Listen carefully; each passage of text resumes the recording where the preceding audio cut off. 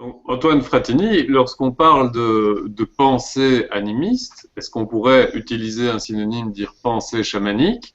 Et qu'on soit bien d'accord, on parle bien de la pensée chamanique traditionnelle, donc des populations encore très proches de la nature. Oui, le chamanisme, le vrai chamanisme est pratiqué justement par des vrais animistes.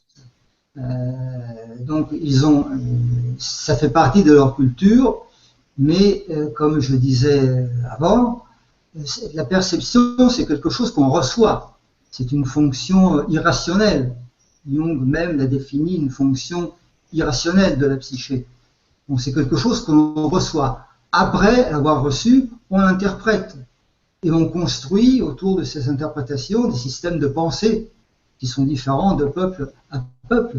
Mais il y a quelque chose qui est de l'ordre de la perception que nous avons perdu, mais que nous pouvons aussi retrouver justement en nous. Est-ce qu'on peut les retrouver malgré le fait qu'on vit coupé de la nature? Alors là, c'est une très bonne question parce que nous pouvons la retrouver, je pense, en partie seulement, si nous restons coupés de la nature.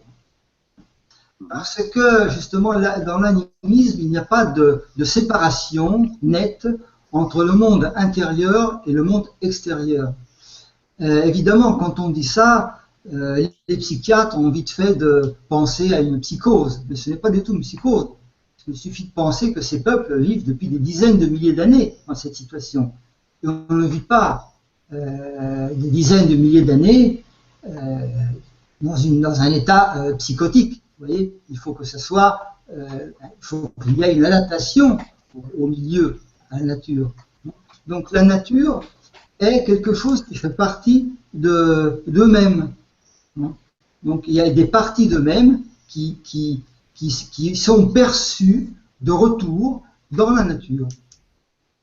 Okay. Et ça marche. Et ça marche. Voilà, et ça marche. Edouard Collot, vous pensez la pensée animiste des peuples chamaniques traditionnels, psychose ou bien expérience réelle d'appréhension de l'univers? Non, je pense vraiment que quand on est capable de régresser dans la conscience, on va développer une autre conscience. Clairement, on a une conscience qui est construite, une construction par introjection de, effectivement, comme le rappelle Antoine Fratini, de cette réalité qui nous parvient par les sens, mais on l'a construite depuis, on va dire, en particulier les Lumières, la période des Lumières, on a construit quelque chose, on a fait des constructions et on a perdu la nature profonde du monde, en quelque sorte. C'est ce que nous rappelle en tout cas Jung et d'autres auteurs. Donc, si vous voulez, en fait, la pensée animiste, c'est pas une religion, c'est simplement la capacité d'avoir une conscience qui se rapproche d'une conscience universelle. On pourrait dire d'un principe universel.